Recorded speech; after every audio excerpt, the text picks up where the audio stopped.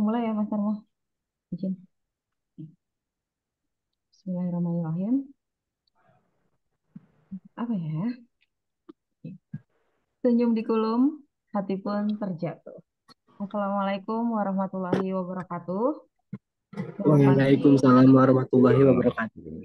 Selamat pagi Bapak Ibu peserta kelas pajak SPT tahunan Badan KPP Pratama Jakarta Kebun Jeruk 1. Hari ini kita akan belajar mengenai PPh Badan terutama tentang pelaporan SPT tahunannya.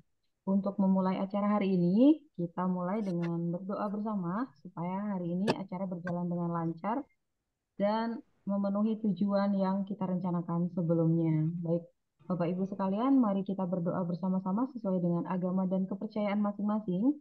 Berdoa dimulai.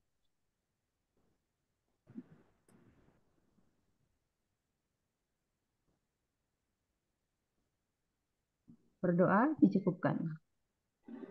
Baik, untuk berikutnya, untuk menghangatkan suasana dan menambah semangat kita hari ini, kita perdengarkan dulu lagu Kebangsaan Indonesia Raya. Bapak Ibu dimohon untuk posisi tegak dan menyimak dengan baik lagu Indonesia Raya.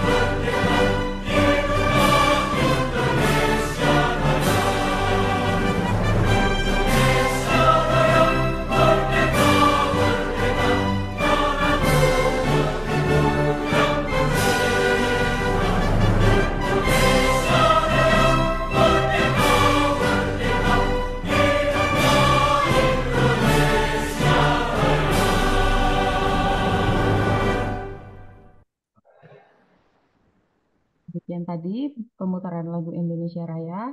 Semoga Bapak Ibu semakin semangat untuk mencintai negeri ini, untuk berbuat yang terbaik untuk negeri ini, dan contohnya hari ini apresiasi untuk Bapak Ibu sekalian sudah berkenan hadir untuk belajar tentang SPT tahunan Badan. Perkenalkan, saya Anna Farida, penyuluh pajak dari KPP Pratama Kebun Jeruk 1 yang hari ini akan memandu acara. Kemudian di sebelah saya, ini di sebelah ya, kalian tampilannya di sebelah saya ada Bapak Sutarmo, penyuluh dari KPP Pratama Jakarta Kebun Jeruk 1 juga yang hari ini akan sharing kepada kita tentang materi hari ini. Oke, namun sebelum kita menginjak ke materi SPT tahunan badan, ini kita akan memberikan kabar baru kepada Bapak Ibu sekalian tentang sistem perpajakan di masa datang. Sebenarnya ini bukan di masa datang bukan di masa datang yang jauh ya Bapak Ibu, karena sudah akan diimplementasikan juga di tahun ini insya Allah, yaitu sistem baru DJP. Kalau sekarang Bapak Ibu mengenal DJP online, nanti insya Allah di semester kedua, mungkin rencananya dimulai di Juli 2024, kita akan menggunakan sistem baru yaitu Taxpayer Portal. Nah, hari ini saya akan spill-spill sedikit mengenai aplikasi baru tersebut sehingga nanti Bapak Ibu ketika kita berubah ke sistem yang baru tidak kaget. Mohon izin untuk menambahkan materi yang baru ini ya, Bapak Ibu sekalian.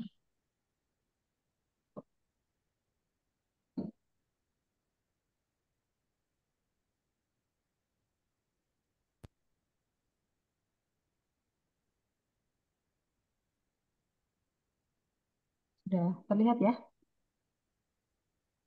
Sudah terlihat slide saya? Sudah ya? Sudah. Oke. Oke, baik. Ini proses bisnis taxpayer account management. Jadi, ini sebenarnya adalah taxpayer account itu DJP online lah ya, yang kita kenal sekarang. Namun untuk ke depan akan kita ganti sistem karena DJP sedang mengadakan reformasi perpajakan, salah satunya sistemnya juga. Seperti itu. Taxpayer account management adalah proses bisnis pengelolaan informasi pajak untuk wajib pajak, di mana dia menampilkan informasi profil, hak dan kewajiban perpajakan, serta hak dan kewajiban lainnya secara komprehensif dan dapat di online diakses dari mana aja dan kapan saja. Sama seperti DJP online. Nah, apa bedanya sistem kita yang baru nanti? Nah, ini latar belakangnya. Kalau yang DJP online itu masih terbatas. Isinya apa? Isinya profil singkat dan riwayat SPT-nya.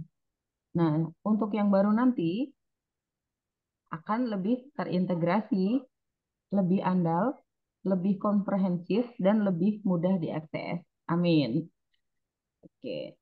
Nah, ruang lingkupnya akan lebih besar, yaitu ikhtisar profil wajib pajak, dan akan ada buku besar wajib pajak juga di taxpayer account tersebut.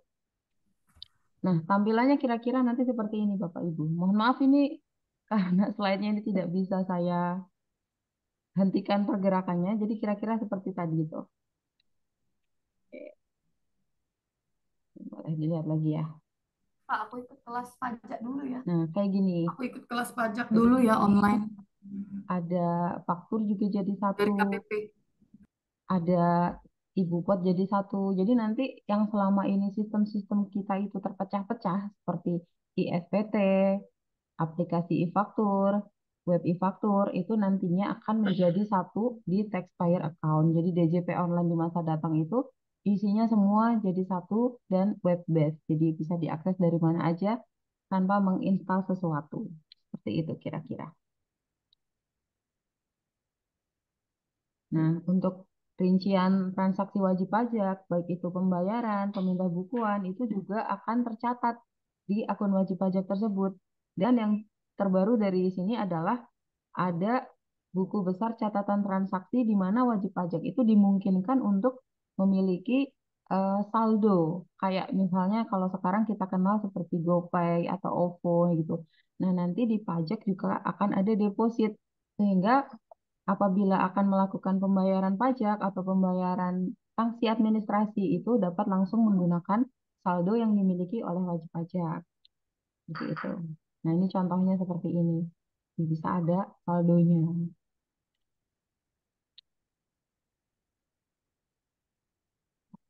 Ada deposit nanti untuk pembayaran atau dikembalikan langsung masuk saldo. Kira-kira spillnya seperti itu ya Bapak Ibu sekalian. Jadi nanti jangan kaget ketika kita sudah beralih ke aplikasi baru yang direncanakan akan dimulai di bulan Juli 2024. Seperti itu. Oke, baik ya. Bisa diterima ya informasinya? Baik, Oke, sekarang yang ditunggu-tunggu yaitu materi SPT tahunan badan. Namun sebelum kita praktek untuk pengisian SPT tahunan badan, Bapak Ibu sekalian supaya paham tentang proses bisnis pajak untuk perusahaan, kita akan belajar dulu mengenai materi pengantar untuk eh, perusahaan. Seperti itu yang akan disampaikan oleh Bapak Sutarmo. Halo, Mas Tarmo. Oh ya, terima kasih. Oke, si Tomo jalan-jalan. Mas Tarmo, silakan. Oke. Eh, sudah nggak jalan-jalan lagi, ini udah sekarang sudah ada di meja ya. Baik, Iya. Assalamualaikum warahmatullahi wabarakatuh. Selamat pagi. Waalaikumsalam. Terima kasih ya Ibu sekalian telah bergabung bersama kita di kelas pajak hari ini. Mbak, Mas, suaramu putus. share screen, Mbak. Oke, bentar. Kita langsung materi nih. Oke, materi. Mau buka sebentar ya. Mohon izin saya buka materi.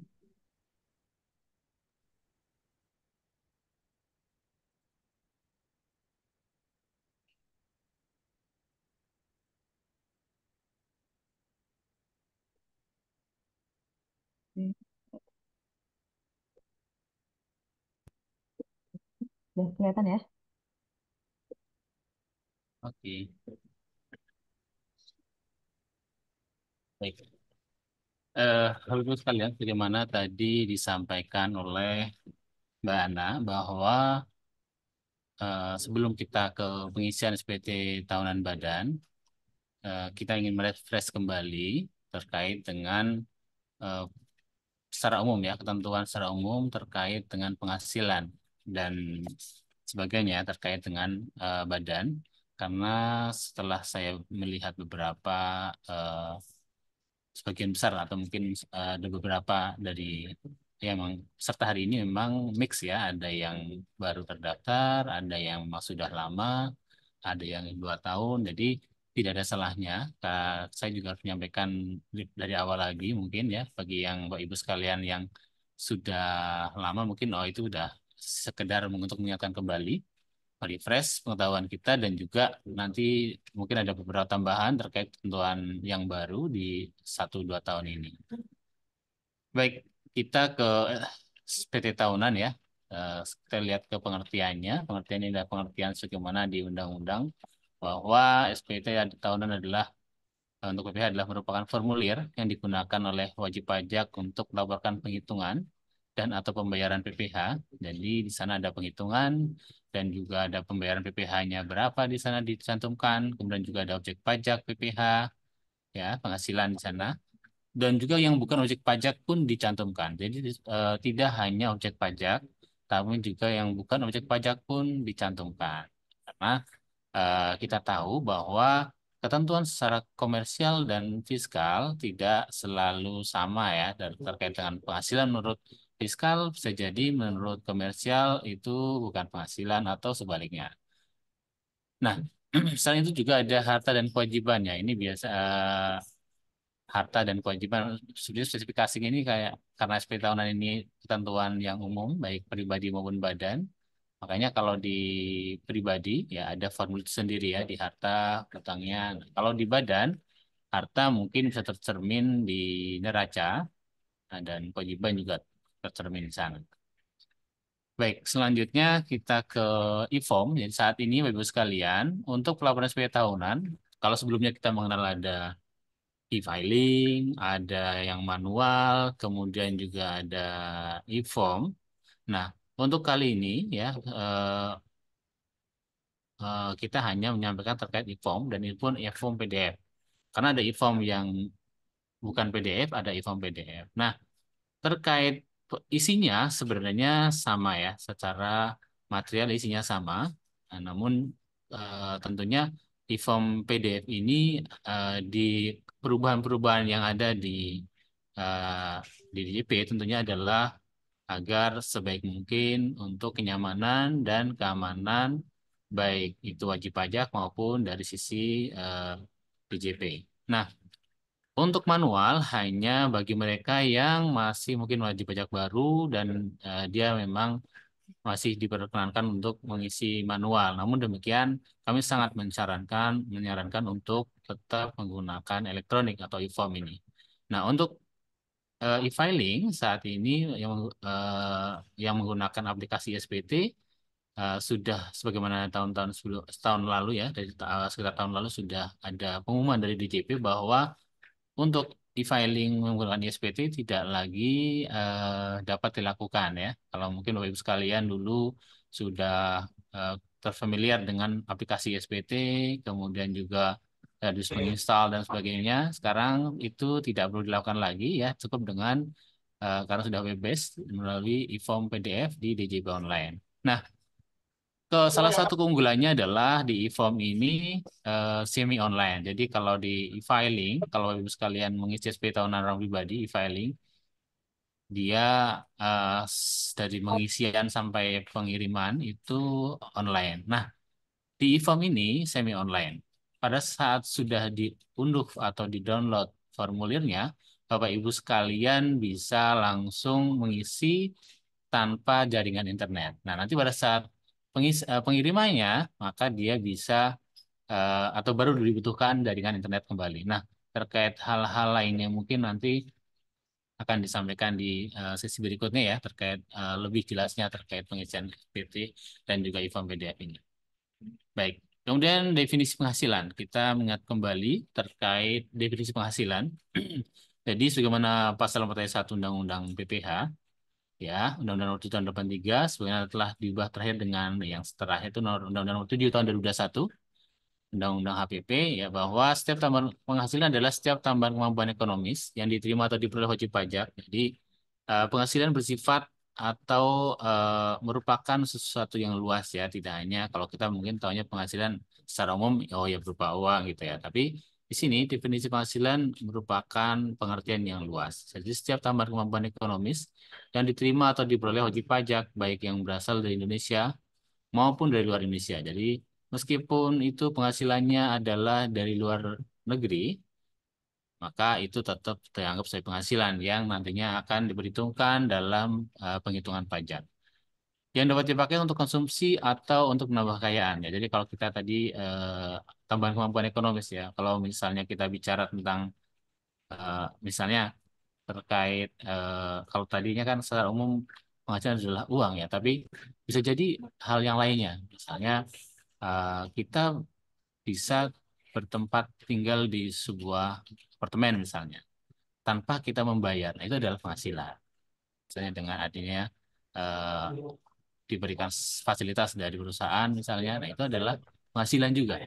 Karena itu adalah tambahan kemampuan ekonomis, jadi kita mampu untuk eh, tinggal tinggal di tinggal di tempat tinggal yang itu harusnya kalau harusnya berbayar. Nah, itu dengan adanya apa namanya kita menikmati atau bisa tinggal di tempat tersebut tanpa meskipun tanpa melakukan bayaran itu adalah tambahan kemampuan ekonomis yang merupakan masuk dalam definisi penghasilan dengan nama dan dalam bentuk apapun. Nah, kemudian kalau kita klasifikasikan kembali penghasilan itu ada tiga, ada dua ya, dua secara garis besar.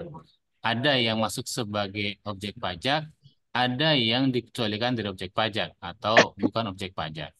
Nah, yang objek pajak itu diklasifikasikan menjadi dua lagi. Yang Hah? pertama adalah yang dikenakan tarif umum, yaitu Gue pakainya sebagaimana yang kecil yang tau, yang 70 tertera gram. di pasal 4 ayat 1 Undang-Undang PPH.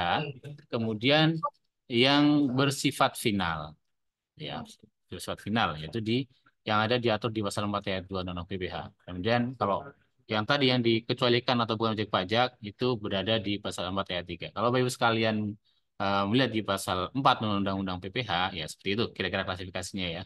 Ya, satu adalah ketentuan yang dikenakan pasal yang dikenakan tarif umum, yang ayat 2-nya adalah yang bersifat final, kemudian untuk yang ayat 3-nya adalah yang dikecualikan dari objek pajak. Nah, kemudian kita mengacu lebih rinci lagi terkait penghasilan yang merupakan objek pajak. Ini ada cukup banyak ya. Ini di sini misalnya adalah penggantian timbalan berkenaan dengan pekerjaan atau jasa ya. Jadi kasar orang yang bekerja atau melakukan pekerjaan atau jasa, ya, itu ada penggantian ya berupa uang kah atau honor kah dan lain-lain. Nah ini yang kita pada bawahi di sini, ya, yang hal yang termasuk mungkin baru ya, baru dalam setahun nanti, 2 tahun 2 tahun ini ya, termasuk natura dan atau kenikmatan, kecuali untuk yang lain dalam undang-undang ini. Jadi kalau ini sebenarnya ranahnya untuk yang jadi penghasilan adalah bagi orang pribadi si penerimanya ya sebagai karyawannya ya atau karyawan atau orang pribadi yang menerima natura dan atau kenikmatan ini. Dari sisi badan, natura dan atau kenikmatan ini merupakan eh, bisa menjadi pengurang, ya, bisa menjadi dibiayakan. Ya, kalau sebelumnya ketentuan sebelumnya sebelum PMK 66 ya ini kita termasuk natura dan atau kenikmatan ini diatur di PMK 66 ya. Nanti mungkin akan kita singgung juga terkait ini ya. Kemudian hadiah dari undian pekerjaan atau kegiatan dan penghargaan, ada juga dari laba usaha ya ini tentunya eh, badan usaha dari sini ya karena badan usaha wajib untuk pembukuan, maka kita melihat penghasilannya dari mana dah? Dari sini umumnya ada dari laba usaha. Kemudian ada keuntungan karena menjalankan atau pengalihan harta termasuk pengalihan harta sebagai pengganti saham, karena pengalihan harta kepada pemegang saham, likuidasi, pengalihan harta hibah dan lain-lain ya. Jadi, loh, kok hibah ada keuntungannya ya dan itu ada bahasan-bahasan yang detail terkait hal itu. Kemudian juga ada penjualan atau pengalihan hak.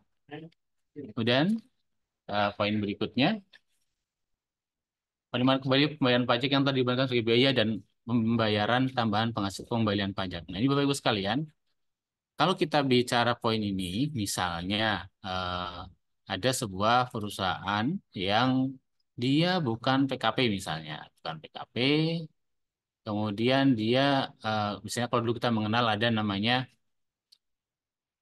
angkutan ya, angkutan umum dulu, zaman dulu ada plat kuning, kemudian dia di apa namanya pajak yang PPN yang telah dibayarkan pada saat dia beli bisa dikembalikan. Nah, waktu dia membeli angkutan tersebut, mobil tersebut, tentunya dia sudah membiayakan atau masuk di dalam aktiva dia, ya, kemudian disusukan, dibiayakan dengan melalui pensusutan. Nah, termasuk di dalamnya ada PPN.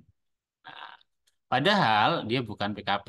Nah, karena pemerintah pada saat itu memberikan fasilitas untuk mengembalikan PPN atas angkutan umum tersebut, ya, berarti atas PPN tersebut merupakan pajak yang tadinya sudah dibebankan oleh perusahaan, kemudian dikembalikan. Nah, itu harus diakui sebagai penghasilan juga. Kemudian juga ada, termasuk juga pajak yang lain ya. Kalau pajak penghasilan kan jelas dia memang tidak dapat dibebankan. Tapi kalau ada yang dibebankan, ya sudah itu lebih-lebih lagi ya. Sudahlah tidak dapat dibebankan, dia ada apa namanya? eh, ini dapat pengembalian. Nah, di sini misalnya pajak daerah misalnya, pada saat Bapak Ibu sekalian juga ada pajak mungkin reklame dan lain pajak kendaraan atau yang lainnya, kemudian ada program dari pemerintah dan ada pengembalian atas pajak tersebut yang sudah dibebankan sebagai biaya itu juga dan lupa merupakan penghasilan.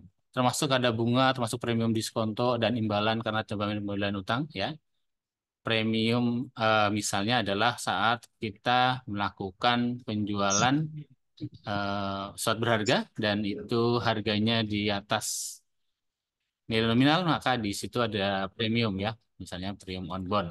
Atau sebaliknya, waktu kita membeli suatu berharga dan harganya di bawah harga par atau harga nominal, tentunya di situ adalah penghasilan ya, karena pada saat kita ini apa namanya kita mengakui atau menjual kembali dengan nilai nominal, tentunya diskonto tersebut merupakan sebuah penghasilan.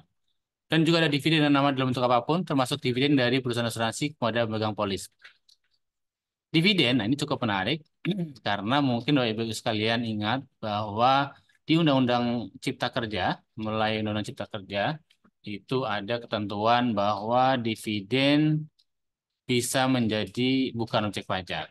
Apalagi bagi badan ya. Badan yang mendapatkan dividen dari dalam negeri, maka jelas dia bukan objek pajak ya. Tapi ingat bahwa ada syarat untuk agar bisa dividen tersebut menjadi bukan objek pajak. Kalau orang pribadi ada syarat investasi, kalau badan memang tidak ada syarat investasi untuk dividen dalam negeri.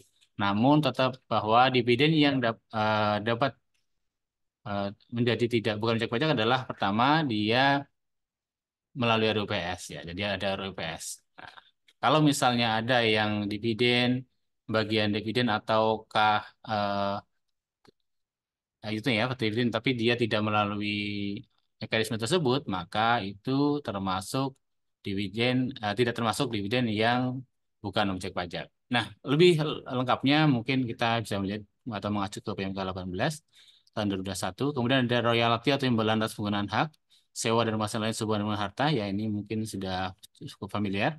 Penerimaan atau penilaian bayaran berkala, keuntungan karena pembebasan utang ya. Ini eh, cukup mungkin nggak biasa juga ya. Keuntungan dan pembebasan utang. Oke, lanjut. Kemudian selisih kurs, selisih lebih karena pembelian kembali aktiva, premi asuransi. Nah, itu termasuk juga iuran yang diterima atau diperoleh perkumpulan dari anggotanya, dari wajib pajak dan usaha atau pekerjaan bebas. Dan mungkin yang perlu kita ini di sini adalah nomor 16 ya. Tambahan kekayaan neto yang berasal dari penghasilan yang belum dikenakan pajak. Nah, ini harus hati-hati terutama bagi orang pribadi ya. Kita sebenarnya di saat ini kelas badan, namun tidak salahnya juga kita menyampaikan di sini nomor 16 ini tambahan kekayaan neto yang berasal dari penghasilan yang belum dikenakan pajak apabila ditengarai bahwa ada wajib pajak yang secara kenaikan asetnya itu tidak sesuai dengan penghasilan yang dia laporkan, maka bisa jadi itu merupakan indikasi bahwa adanya penghasilan yang belum dikenakan pajak. Nah, di sini ini perlunya kita untuk melakukan pelaporan secara benar, benar dalam benar, jadi sesuai dengan yang sebenarnya.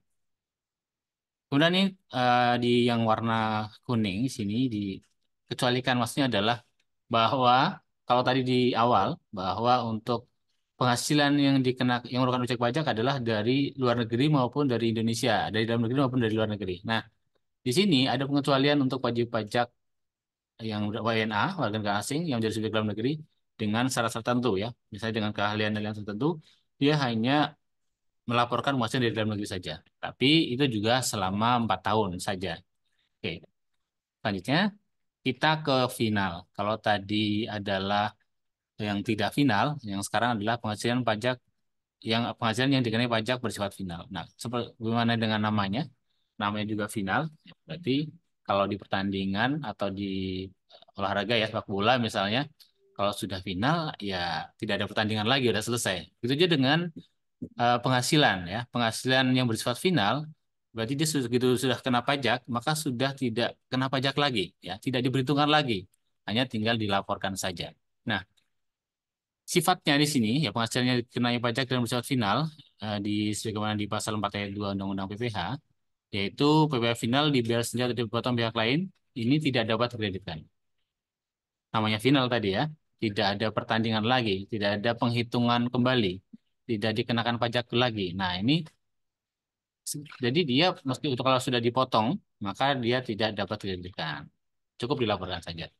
Dan biaya yang digunakan untuk menghasilkan, menagih, dan memelihara, ya, penghasilan yang dikenakan PPh final, ini tidak dapat dikurangkan dalam perhitungan PPh terutama pada akhir tahun. Ya, misalnya, Bapak Ibu sekalian, misalnya usahanya adalah sebagai supermarket misalnya ya, punya supermarket di situ, kemudian ada ruangan atau gedung kosong di sebelahnya. Kita tahu untuk penghasilan dari supermarket bukan penghasilan final. Namun pada saat gedung kosong milik perusahaan tersebut disewakan, itu merupakan penghasilan final. Nah, di sini harus dibedakan, dipisahkan atau minimal ada pencatatan secara jelas. Jadi, atas biaya-biaya yang dikeluarkan untuk mendapatkan penghasilan berupa sewa tanah dan bangunan atau sewa gedung tadi, itu tidak dapat dibebankan sebagai biaya dalam menghitung PPh di SPD tahunan ya. Misalnya biaya listriknya kah misalnya atau mungkin biaya pemeliharaannya. Nah, di situ harus tidak dapat dikurangkan. Termasuk juga Bapak Ibu sekalian, bagi Bapak Ibu sekalian yang merupakan masih menggunakan PPh final 0,5% ya. Nah, ini perlu juga saya sampaikan. Kan PPh final 0,5% itu adalah dari omset. Sementara di dalam mendapatkan omset tersebut ada biaya-biaya yang dapat dikurangkan pada asalnya. Namun karena penghasilan tersebut final, ya omset itu final, maka biaya-biaya ini juga tidak lagi diperhitungkan dalam SPT ya, hanya dilaporkan saja. Dan ada biaya-biaya yang sifatnya tidak hanya berhenti di 1 tahun, misalnya penyusutan. Nah, penyusutan ini cukup menarik Bapak Ibu sekalian. eh ini mungkin kok jadi kayak saya mau jadi menyampaikan jadi kayak tax planning ya. Nah, jadi kalau Bapak Ibu sekalian dari awal katakanlah menggunakan metode garis lurus. Garis lurus berarti kan katakanlah ini kendaraan harganya 1 miliar misalnya. 1 miliar bagi katakanlah dia 4 tahun kelas 1 atau golongan 1 berarti setiap tahunnya adalah 250 juta ya. Nah, kalau dia ternyata memenuhi 0,5% hanya 2 tahun, ya, berarti penyusutan 250 juta ini, yang 2 tahun pertama ini andaikan ada rugi pun misalnya, itu tidak dapat dikompensasi ya. Tidak dapat kompensasi tahun berikutnya. Masuk biayanya itu juga ya selesai hanya dilaporkan saja. Nah, apabila di tahun ketiga dia menjadi tarif umum, tarif biasa, ya, maka ya apa namanya kalau tarif apa menggunakan metode garis lurus tadi kan sama ya, nggak ada masalah mungkin. Yang mungkin cukup masalah adalah bila menggunakan saldo menurun. Nah, saldo menurun itu di awal tinggi. Di awal tinggi, katakanlah eh, 1 miliar, dia langsung 50%, jadi 500 juta. Dia langsung kena biaya 500 juta, padahal dia rugi di situ, sementara dia menggunakan final. Atas kerugiannya tidak dapat dikompensasi. Atas biaya tersebut yang besar tersebut, itu menjadi, waduh, ya jadi rugi ya. Ya, makanya itu mungkin silahkan pada wajib pajak untuk mempertimbangkan apakah akan menggunakan tarif umum ataukah menggunakan final ya. Jadi ya spill tax planning sedikit ya Mbak Ana ya. Oke, jadi itu ya karena biaya-biaya yang digunakan untuk 3M atau menghasilkan, menagih dan memelihara, penghasilan final tidak dapat dikurangkan dalam perhitungan PH terutama pada akhir tahun. Nah, penghasilan yang dikenakan pajak tidak digabung dalam penghitungan pajak akhir tahun, yang ini cukup jelas, tapi cukup dilaporkan saja. Oke, selanjutnya contoh jenis penghasilan yang dikenai pajak dan bersifat final ya. Di sini misalnya adalah bunga deposito dan tabungan dan lain-lain ya, bunga simpanan koperasi, anggota orang pribadi, kemudian ada juga hadiah undian ya. Dan ada jasa konstruksi, real estate, persewaan tanah dan atau bangunan. Jadi kalau Ibu sekalian yang bergerak di bidang ini, ya itu penghasilannya memang bersifat final selamanya ya, selama aturan itu masih ada. Karena ada yang tidak selamanya, yaitu yang bawah itu, yang ada tulisannya UMKM. Nah, penghasilan final ini tidak bersifat seterusnya ya, tapi hanya eh, se- apa namanya, ada jangka waktu dan juga ada syarat omsetnya. Apabila memang dari omsetnya masih di bawah 4,8 miliar di tahun sebelumnya, maka di tahun tersebut berhak menggunakan PF final 0,5%. Dengan syarat tentu jangan di jangka waktu tadi ya, untuk PT dia 3 tahun, untuk CT koperasi atau PT perseorangan dia 4 tahun. Oke, BUMN, BUMD ya, BUMDes ya, BUMDes dia juga 4 tahun. Oke. Nah, kemudian yang ketiga, penghasilan yang dikecualikan dari objek pajak apa saja? Ya, ini biasanya yang disenengin ya, ya. Yang nggak kena pajak apa aja nih? Gitu.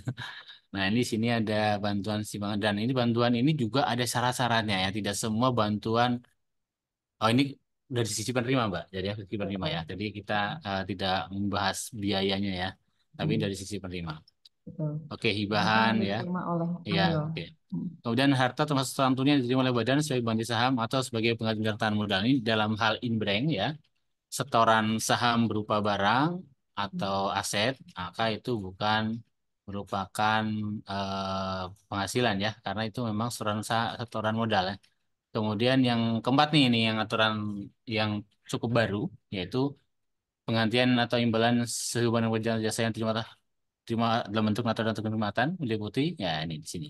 Ini sudah kami singgung sebelumnya ya, yaitu Sosialisasinya juga di kita. oh iya, sudah ada juga kalau terkait hal ini sudah kami ada mengadakan sosialisasi. Kalau inginkan untuk lebih detail bisa merujuk ke YouTube kami, eh, Sosialisasi PMK. sosialisasi PMK 66 ya. Oke, lanjut. Kemudian ada pembayaran dari perusahaan asuransi kepada karena kecelakaan, sakit atau karena meninggalnya orang yang tertanggung. Oke, kemudian dividen atau penghasilan lain dengan ketentuan yang diatur dalam pasal 4 ayat 3 ya. Di sini ada syarat-syaratnya ya. Dividen dividen yang diterima oleh badan dalam negeri dari perusahaan dari dalam negeri, maka itu bukan objek pajak ya. Syaratnya tadi ya, dia merupakan melalui mekanisme RUPS. Kemudian juga dari saldo laba ditahan ya. Kemudian juga setelah yang G, kalau dari luar negeri ya, untuk tambahan dividen atau dividen yang dari luar negeri itu ada syarat-syarat lebih lanjut ya. Tidak serta-merta dividen menjadi bukan objek pajak, tapi ada syarat-syarat lebih lanjut lagi. Nah, kemudian yang terakhir, yang I, bagian laba atau sisa hasil usaha yang diterima atau dibeli anggota koperasi, perusahaan komanditer yang modalnya terdiri atas saham, sekutuan, kumpulan firma dan kongsi termasuk memegang unit. Nah, di sini Bapak Ibu sekalian, bagi badan yang berbentuk CV, ya, maka eh, bagian labanya bukan merupakan objek pajak. Kemudian termasuk juga bagian laba dari anggota koperasi ya. Di situ yang mendapatkan SHU di koperasi itu bukan lagi objek pajak ya sejak Undang-Undang Cipta Kerja. Baik, selanjutnya. Saya Oke, nggak ya, ini kayaknya tidak ada yang ini ya. ke badan Ya, paling hanya yang paling bawah atau yang L, L sama O ya. L. Ya. Jadi untuk Bapak Ibu sekalian mungkin ada yang bergerak di bidang lembaga nirlaba, kemudian juga pendidikan sosial. Ya, di situ apabila ada sisa lebih, ya sisa lebih yang diterima atau diperoleh itu bisa menjadi bukan objek pajak dengan syarat dia harus menyertakan di situ surat pernyataan bahwa akan digunakan untuk sarana prasarana ya. Dia akan disebutkan ini untuk apa saja nih alokasinya. Nah, dalam hal tidak ada itu ya aku akan menjadi objek pajak. Oke, lanjut. Nah, kita ke penghitungan penghasilan ya. Nah, Bapak sekalian, untuk wajib pajak badan itu berbeda dengan orang pribadi ya. Kalau orang pribadi ada diperkenankan menggunakan pencatatan, namun untuk badan tidak ada pilihan seperti itu, namun wajib pembukuan. Jadi meskipun mungkin masih dikenakan pajak bersifat final dari omset, namun tetap wajib pembukuan. Nah, kewajiban pembukuan harus dikerjakan di Indonesia dengan tentuan yaitu ini ketentuan secara umumnya ya, itikat baik, kemudian mencerminkan keadaan atau kegiatan usaha yang sebenarnya ya. Dan menggunakan huruf Latin angka Arab. Nah, kalau angka Arab itu maksudnya angka yang seperti bagaimana kita kenal ya, bukan angka Arab yang ya huruf Arab itu bukan. Ya, kemudian mata uang rupiah dan dalam bahasa Indonesia. Nah, kalau dalam Bapak Ibu sekalian ada yang merupakan mungkin anak usaha atau mungkin yang lainnya terkait dengan dan mengharuskan menggunakan bahasa asing, maka itu harus ada izin dari Menteri Keuangan sesuai dengan Perda 24 2020. Baik, ya ini eh prinsip-prinsip ya pembukuan. prinsip-prinsipnya ya. Mm-mm. Kemudian terkait dengan pembukuan, Bapak Ibu sekalian bisa nanti lebih jelas membacanya di sini ya. Mm-mm. Minimal ada harta kewajiban modal itu berarti raca, kemudian ada penghasilan dan biaya berarti rugi laba. Jadi di situ minimal yang harus dibuat dalam hasil akhir dari pembukuan. Baik. Nah, untuk kewajiban untuk menyimpan buku catatan dokumen adalah 10 tahun ya sebagaimana ketentuan di undang-undang kita. Oke, selanjutnya, Mbak. Nah, kalau tadi untuk Hitungnya. ya, Jadi untuk akan tadi kan prinsip pembukuan oke, pertama. baik, baik. Kita penghasilannya ya. Ya. Nah, kita ke wajib pajak badan non UMKM, yaitu kalau non UMKM berarti Bapak Ibu sekalian yang menghitung pajak bukan final ya, bukan final, tapi yang biasa ya, yang biasa. Hmm. Itu menggunakan tarif umum. Jadi di sana untuk penghitungan pajak bagi yang non UMKM atau yang non final ya, maka dia kan harus ada atau menghitung penghasilannya dari mana? Penghasilannya kan ada di laporan laba rugi ya, dari labanya. Nah, untuk mendapatkan penghasilan atau laba tersebut, itu ada biaya yang boleh dikurangkan dari penghasilan bruto. Kalau penghasilan bruto kan ya omset, secara umum omset. Nah, ada biaya yang dapat dikurangkan. Apa saja? Yaitu eh, biaya untuk mendapatkan menagih dan memelihara atau 3M istilahnya. Di antaranya adalah biaya yang secara langsung atau tidak langsung berkait dengan usaha, kemudian biaya penyusutan tadi ya atau amortisasi terkait dengan aktiva ya yang digunakan atau aset yang masa manfaatnya lebih dari 1 tahun. Kemudian juga di sana ada iuran keluarga dan pensiun yang disahkan kemudian oleh JK ya. Kemudian kerugian karena penjualan atau pengembalian harta itu juga bisa dibebankan sebagai biaya. Kemudian kerugian dari selisih kurs, ada biaya lead bank yang dilakukan di Indonesia, dan ada piutang yang nyata-nyata tidak dapat ditagih. Namun ini ada syarat-syaratnya ya. Oke, biaya beasiswa, magang dan pelatihan. Nah, kemudian juga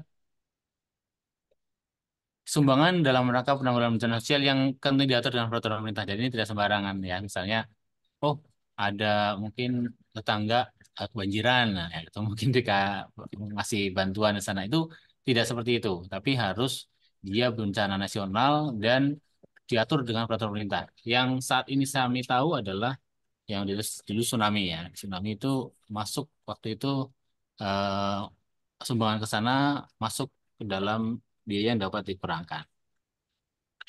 kemudian juga ada fasilitas pendidikan, sumbangan dalam olahraga, dan ini semuanya harus ada ketentuannya ya. di peraturan pemerintah. Kemudian biaya penggantian atau imbalan diberikan dalam bentuk natur dan kemudian ini yang baru. Bapak Ibu sekalian, ini yang huruf N adalah Sorry Mas, aku lagi nge-mute yang lain. Diunmute. baik. Jadi huruf N ini adalah aturan baru di PMK 66 tahun 2023 ya. Kalau sebelumnya biaya natura atau kenikmatan bukan sesuatu yang dapat dikurangkan. Dulu aturan sebelumnya bagi karyawan atau orang pribadi yang menerima itu bukan penghasilan, bagi perusahaan bukan biaya. Namun dengan ketentuan yang baru di PMK 66, bagi penerima atau bagi karyawan merupakan penghasilan, kemudian bagi perusahaan atau bagi badan yang memberikan itu merupakan biaya. Jadi sekarang ya yang kenakan pajak ya yang menerima penghasilannya gitu. Kalau dulu kan ya secara tidak langsung yang menanggung adalah perusahaannya. Ya kalau sekarang benar-benar ya yang menerima penghasilannya adalah karyawan ya karyawan yang kena pajaknya. Baik. Ini merupakan aturan baru, ya konsekuensinya juga nanti ada baru ya, misalnya tambahan formulir di sana, dafnom atau daftar nominatif. Kalau kita mengenal daftar nominatif untuk entertainment atau biaya promosi, nah, di Natura juga ada. Dalam hal Bapak Ibu sekalian, perusahaan memberikan Natura dan kenikmatan kepada karyawannya, misalnya memberikan eh, fasilitas kendaraan atau fasilitas tempat tinggal apartemen. Nah, itu maka dalam hal membebankan biaya tersebut pada laporan keuangan, maka wajib melampirkan daftar nominatif. Nanti kita akan di belakang kita juga akan menyinggung hal tersebut. Baik. Nah, ini pengaturan sebelum Undang-Undang HPP. Pada prinsipnya Natura bukan biaya bagi pemberi kerja ya tadi sudah saya sebutkan ya. Natura yang dapat dibayarkan sebagai biaya bagi pemberi kerja dan bukan penghasilan bagi penerima sebatas penyediaan makan minum bagi seluruh pegawai dan Natura di daerah tertentu yang berkaitan dengan pekerjaan. Kalau Natura pada umumnya adalah penghasilan bagi pegawai, kecuali ini ya, bagi penyediaan makan minum bagi seluruh pegawai, maka itu bukan objek pajak bagi karyawan dan boleh dibiayakan bagi perusahaan. Nah, Natura yang diberikan oleh bukan BP atau BP yang dengan BP final merupakan objek pajak bagi penerima. Nah, untuk Natura yang diberikan oleh perusahaan yang UMKM misalnya, atau yang setengah-setengah persen, atau wajib pajak yang tadi jasa konstruksi, itu kan penghasilannya final. Nah, bagi si karyawan atau yang menerima penghasilan dari perusahaan tersebut, maka itu merupakan objek pajak. Dan di Undang-Undang, sebentar, dan di Undang-Undang HPP, itu kan sebelum Undang-Undang HPP ya. Undang HPP, Natura dapat dibiayakan sepanjang terkait dengan 3M. Jadi batasnya sekarang adalah 3M. Ya, sepanjang itu memang terkait dengan usaha, mendapatkan menagih miliar penghasilan, maka merupakan biaya bagi si perusahaan dan merupakan penghasilan bagi pegawai. Nah, kecuali ya ini tadi ya, ada penyediaan makan minum seluruh pegawai, kemudian yang kalau yang di atas tadi sebelum Undang-Undang HPP yang dikecualikan ada 2, yang setelah Undang-Undang HPP ada 5 di sini. Oke. Kemudian ada biaya, kalau tadi biaya yang boleh dikurangkan dalam penghasilan bruto, dalam menghitung penghasilan pajak, penghasilan kena pajak. Nah, sekarang adalah biaya yang tidak boleh dikurangkan. Nah, jadi, ini adalah sebenarnya biayanya dikeluarkan oleh perusahaan, namun itu tidak boleh dibayarkan sebagai biaya pada saat menghitung pajak. Maksudnya gimana? Apakah harus di laporan keuangan tidak dicantumkan? Tetap. Kalau secara komersial silakan. Namun nanti akan ada namanya rekonsiliasi fiskal. Ya, kalau di SPT tahunan badan itu ada di lampiran 1 kalau nggak salah ya, Mbak ya. Di sana ada koreksi fiskal positif, koreksi fiskal negatif. Nah, di sana. Di sanalah kita melakukan rekonsiliasi. Nah, di sini ada biaya yang tidak boleh dikurangkan dari penghasilan bruto di pasal 9 Undang-Undang HPP, yaitu pembagian laba dan laba bentuk apapun. Pembagian laba tentunya bukan atau tidak boleh dimasukkan sebagai biaya. Kemudian biaya yang diberikan untuk kepentingan pribadi sebagai saham sekutu atau anggota, ya. Untuk kepentingan pribadi jangan sampai itu dibiayakan dalam atau mungkin secara komersial mungkin sih ya silahkan. Namun dalam pengisian SPT tahunan jangan lupa untuk dilakukan koreksi. Kemudian pembentukan nomor cadangan kecuali yang diatur P55 tahun 2022 ya. Jadi kalau dana cadangan secara umum tidak diperkenankan kecuali untuk bidang-bidang usaha tertentu, ya misalnya perbankan dan lain-lain. Ada di PP 55 ya. Kemudian premi asuransi kesehatan yang dibayar oleh wajib pajak orang pribadi. Kemudian jumlah lebih kewajaran yang dibayarkan pada pemegang saham atau pihak yang punya hubungan istimewa. Jadi dalam hal Bapak Ibu sekalian ada transaksi dengan hubungan yang memiliki hubungan istimewa, misalnya atau juga pemegang saham misalnya, maka di sana harus diperhatikan apabila jumlahnya melebihi kewajaran, maka itu juga harus dikoreksi. Kemudian ada harta hibah, hantuan atau simbangan dan warisan. Kemudian ada pajak penghasilan. Nah, ini pajak penghasilan. Jadi kalau pajak sebenarnya bisa dibebankan sebagai biaya kecuali pajak penghasilan. Terus ada biaya yang dibebankan atau dikeluarkan untuk kepentingan pribadi wajib pajak atau orang yang menjadi tanggungan. Kemudian gaji kepada anggota persekutuan, firma atau komanditer. Jadi kalau bentuk usahanya ada A, bentuk badannya adalah CV, maka itu bagi si anggota persekutuan, maka atas gajinya tersebut, misalnya di laporan keuangan ada gaji untuk si anggota persekutuan ya misalnya, maka itu tidak atau harus dikoreksi ya karena pada dasarnya dia tidak boleh dikurangkan dalam menghitung pajak. Kemudian ada sanksi administrasi serta sanksi pidana di bidang perpajakan. Nah, kalau poin G tadi pajak penghasilan saja, kalau poin I adalah sanksi administrasi atau pidana di bidang pajak seluruh pajak. Jadi misalnya Bapak Ibu sekalian terlambat bayar pajak kendaraan itu kan ada dendanya ya. Nah, denda itu termasuk yang harus dikoreksi dalam menghitung pajak. Ya, karena di sana di pasal 9 ini disebutkan ya sanksi administrasi dan pidana di bidang perpajakan. Tidak disebutkan di sana pajak penghasilan atau pajak apa, tidak. Seluruh pajak. Kalau sanksi namanya sanksi, maka itu tidak dapat dibayarkan sebagai biaya. Jadi pada saat mengisi SP tahunan badan ini menjadi koreksi. Baik. Ada penyusutan dan amortisasi fiskal ya. Penyusutan adalah pada dasarnya adalah mekanisme untuk membiayakan ya. Nah, penyusutan atas pengeluaran untuk pembelian, dirian, penambahan, perbaikan atau perubahan hasil wujud kecuali tanah yang betul hak miliknya. Namanya juga tanah ya, dia tidak disusutkan ya. Kecuali mungkin sewa, biaya sewa itu diamortisasi atau disusutkan. Yang dimiliki dan digunakan untuk pendapatan menikahi dan melihara yang masa manfaat lebih dari 1 tahun. Jadi memang penyusutan atau amortisasi ini adalah untuk membiayakan pengeluaran yang dikeluarkan untuk mendapatkan aktiva yang masa manfaatnya lebih dari 1 tahun. Saya selanjutnya. Nah, penyusutan dilakukan dalam bagian yang sama besar selama masa manfaat yang telah ditentukan. Ini metode garis lurus. Jadi hanya ada 2 metode, metode garis lurus dan saldo menurun. Meskipun mungkin secara komersial, Ibu sekalian silakan. Mesin menggunakan angka tahun misalnya, atau menggunakan jam mesin, silakan. Tapi secara fiskal nanti harus disesuaikan. Jadi pada saat mengisi tahunan, maka akan ada koreksi, koreksi fiskal, menghitung kembali. Kalau secara fiskal garis lurus sebesar ini. Oh, ini mesin secara komersial menggunakan jam mesin sebesar ini. Nah, berarti nanti akan ada koreksi. Bisa jadi koreksinya menjadi positif, ya, menambah penghasilan atau menambah pajak jadinya ya, atau koreksi negatif yang itu mengurangi penghasilan yang pada gilirannya berakibat pada mengurangi pajak. Itu silakan, karena memang penyusutan ini merupakan suatu yang beda waktu ya. Jadi ini hanya masalah waktu nanti akan sama jumlahnya. Nah, dalam hal masa manfaat lebih dari 20 tahun gimana? Kan kelompok harta hanya 4 ya, 1, 2, 3, 4 untuk yang bukan bangunan. Maksimal 20 tahun. Kalau ada Bapak Ibu sekalian yang memiliki harta dan secara pembukuan atau secara komersial itu masa manfaatnya lebih dari 20 tahun, misalnya 30 tahun, silakan. Karena sekarang dengan PMK nomor 72 tahun 2023 dimungkinkan untuk membuat masa manfaat lebih dari 20 tahun sesuai dengan masa manfaat yang sebenarnya.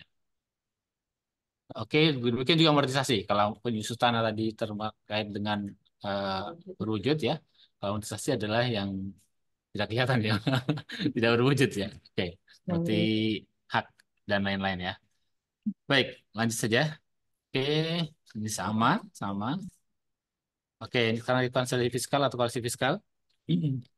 Nah, Rekonsiliasi fiskal sebenarnya tadi saya sedikit menyinggung hal tersebut ya. Definisinya adalah eh, proses pencatatan penyusian pembetulan yang dilakukan karena adanya perbedaan pelakuan ya. Karena ada perbedaan pelakuan antara standar akuntansi di laporan keuangan Bapak Ibu sekalian dan aturan perpajakan, aturan fiskal. Nah, ada dua beda di sini ya. Yang perlu kita perhatikan dalam hal konsiliasi ada namanya beda tetap ya, ada beda waktu temporary. Nah, atas yang beda tetap tentunya ini nggak akan berubah ya sampai kapanpun. Masalah beda waktu ya hanya karena perbedaan metode di situ. Oke, koreksi fiskal positif sifatnya adalah menambah laba komersial nantinya atau menambah laba penghasilan kena pajak yang pada akhirnya adalah menambah pajak pada akhirnya pajak Bapak Ibu sekalian. Kemudian koreksi fiskal negatif adalah mengurangi laba komersial nantinya atau laba penghasilan kena pajak. Ya, ini pada gilirannya nanti akan menyebabkan pajaknya menjadi lebih kecil. Oke. Nah, ini kita menghitung pajak penghasilan ya. Ingat bahwa kita masih dalam skema yang non final ya, non final. Oke. Oke. Atau non UMKM ya. Oke. Nah, nanti kalau yang UMKM setelah ini misalnya. Jadi untuk yang non final cara menghitungnya adalah pertama kita situ ada penghasilan bruto seluruhnya, kemudian ada biaya. Ya, ini bukan berarti untuk nanti pada saat buat laporan keuangan seperti ini tidak. Ya, ini kan hanya eh, apa namanya ringkasan ya. Di biayanya itu di ringkas, tapi pada laporan keuangan tentunya sesuai dengan laporan standar transaksi keuangan ya. Ini hanya memudahkan saja. Jadi total penghasilan dikurangi biaya, dapatlah namanya penghasilan komersial ya. Penghasilan neto komersial ini adalah penghasilan neto komersial sebagaimana laba di laporan keuangan komersial. Kemudian ada koreksi fiskal, ada positif, ada negatif. Ini di apa namanya, Bapak Ibu sekalian bisa melakukan koreksi ini di SPT tahunan. Tapi Bapak Ibu sekalian mungkin perlu untuk memahami ini agar sebagai mungkin coret-coretan ya. Jadi untuk menghitung, oh nanti saya pajaknya berapa. Karena kalau untuk menunggu download dulu misalnya ya nanti jadi makan waktu ya. Jadi lebih cepat Bapak Ibu sekalian mendapatkan angkanya.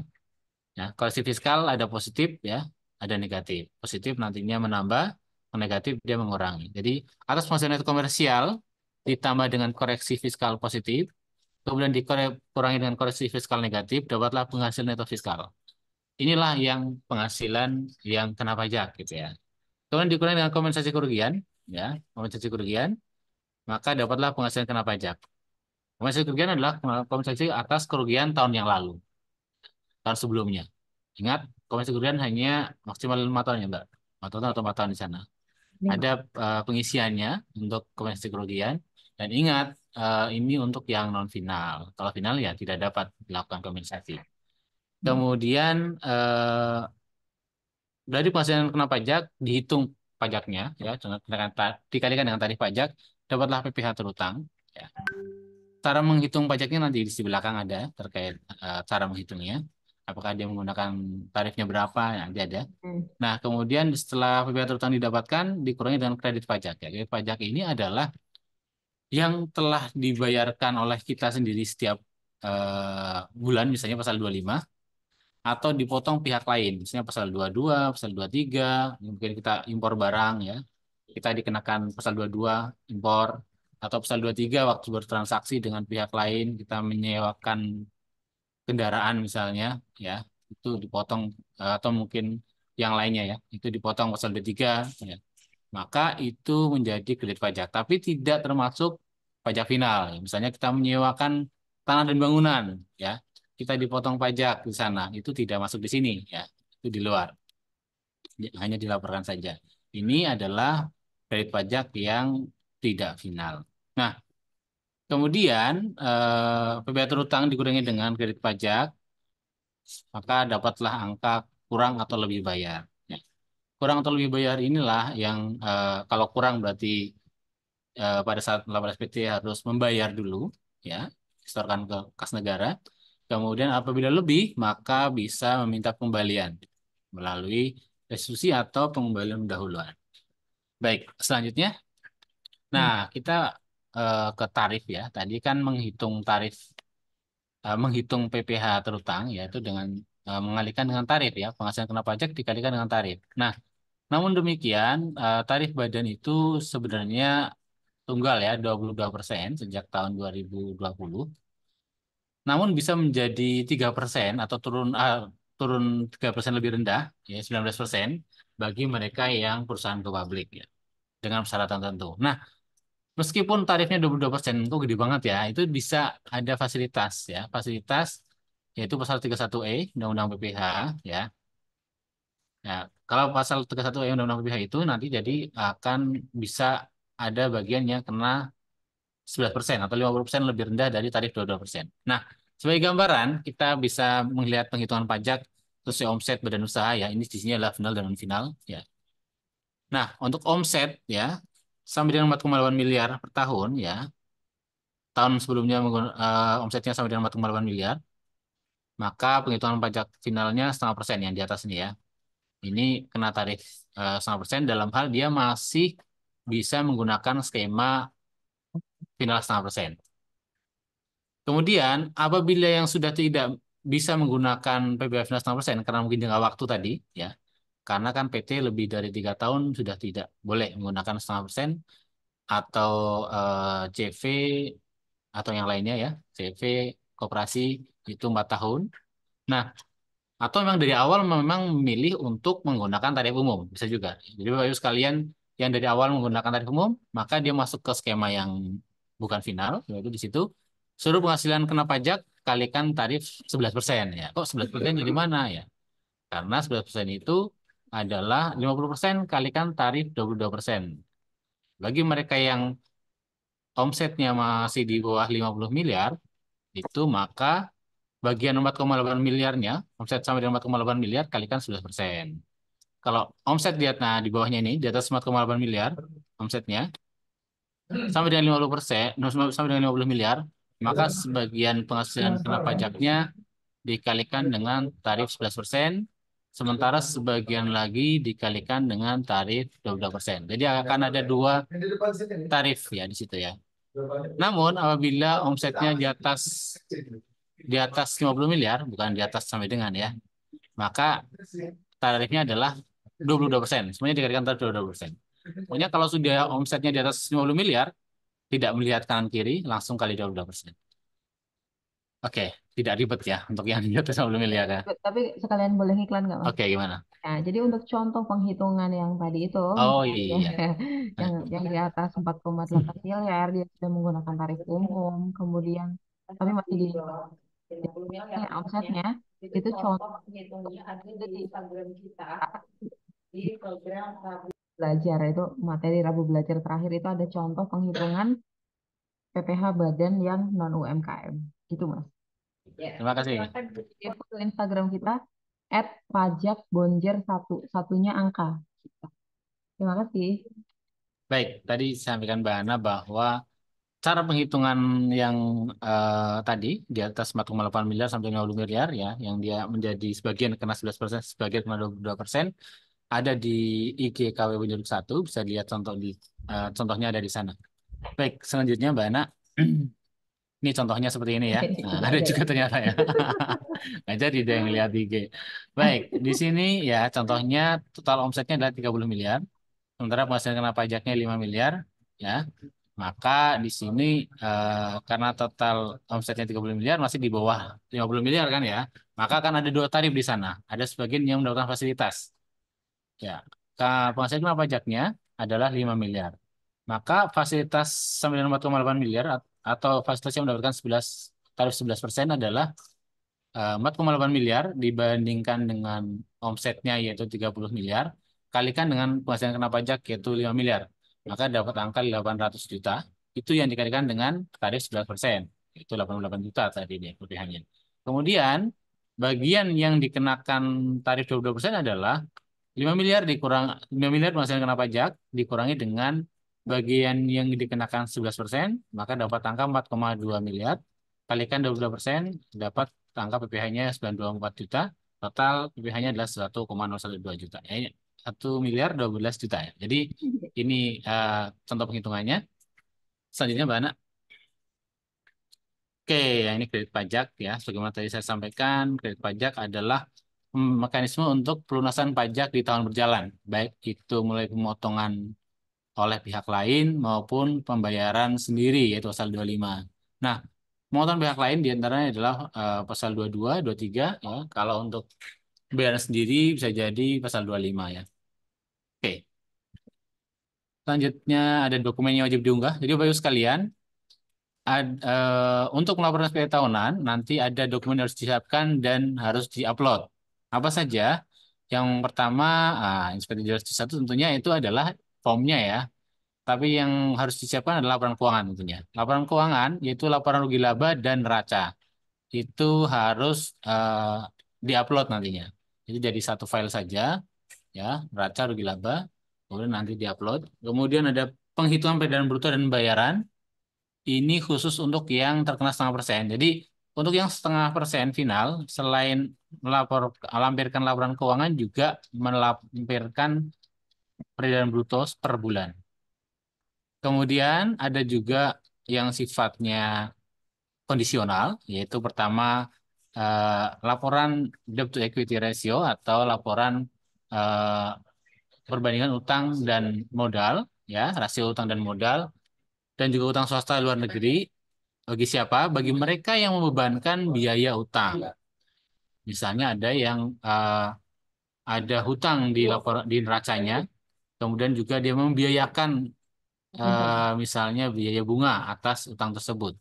Nah, itu harus membuat ini laporan DER itu dilampirkan.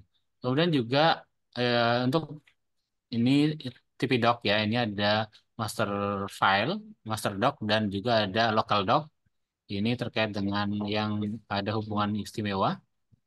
Kemudian ada laporan penyampaian CBCR ya, itu country report atau laporan per negara.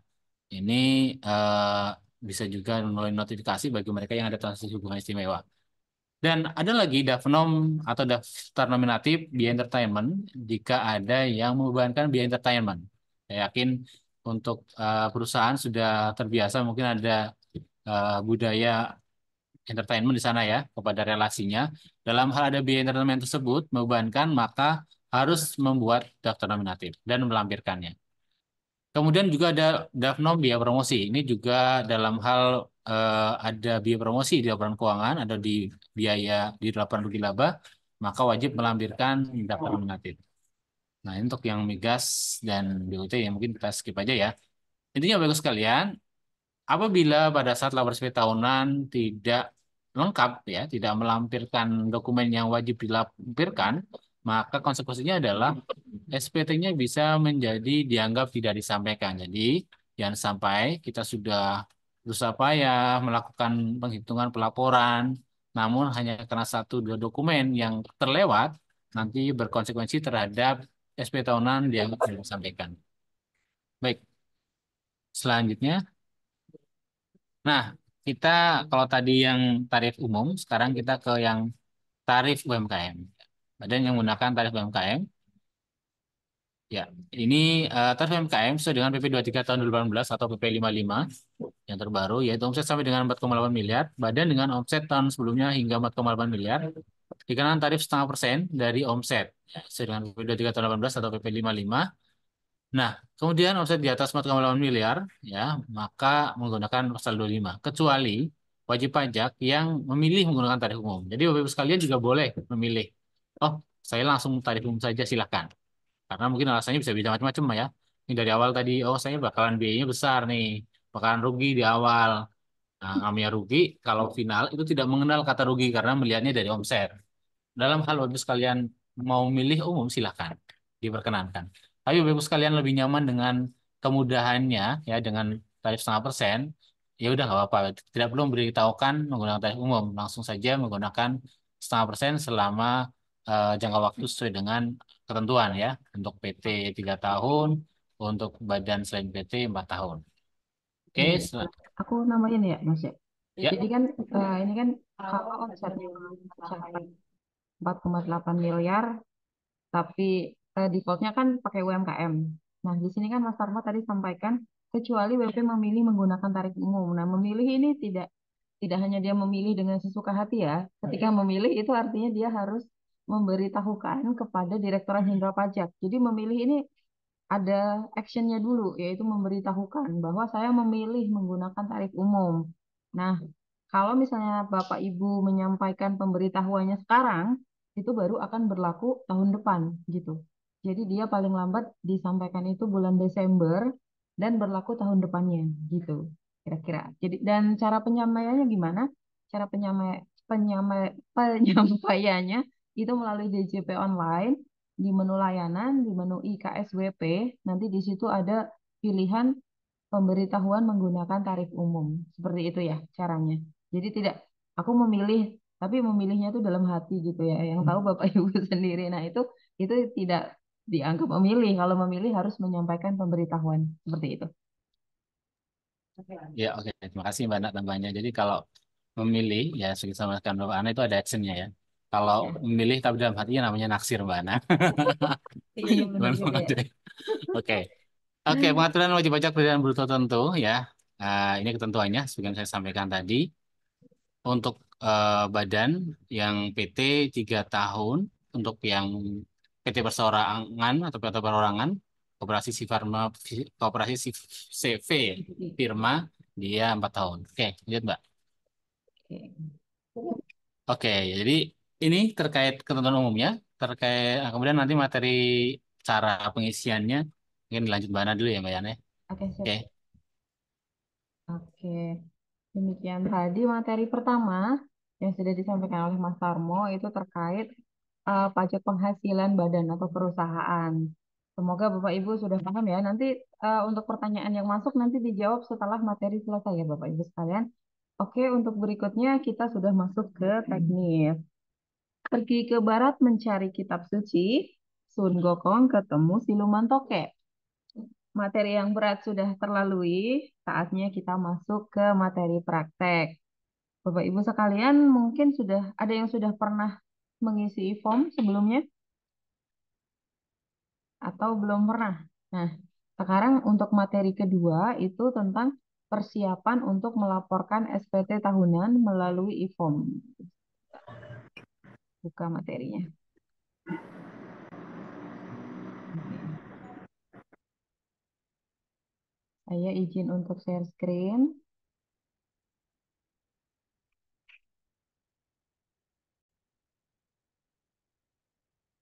Oke, sudah muncul ya Bapak Ibu sekalian.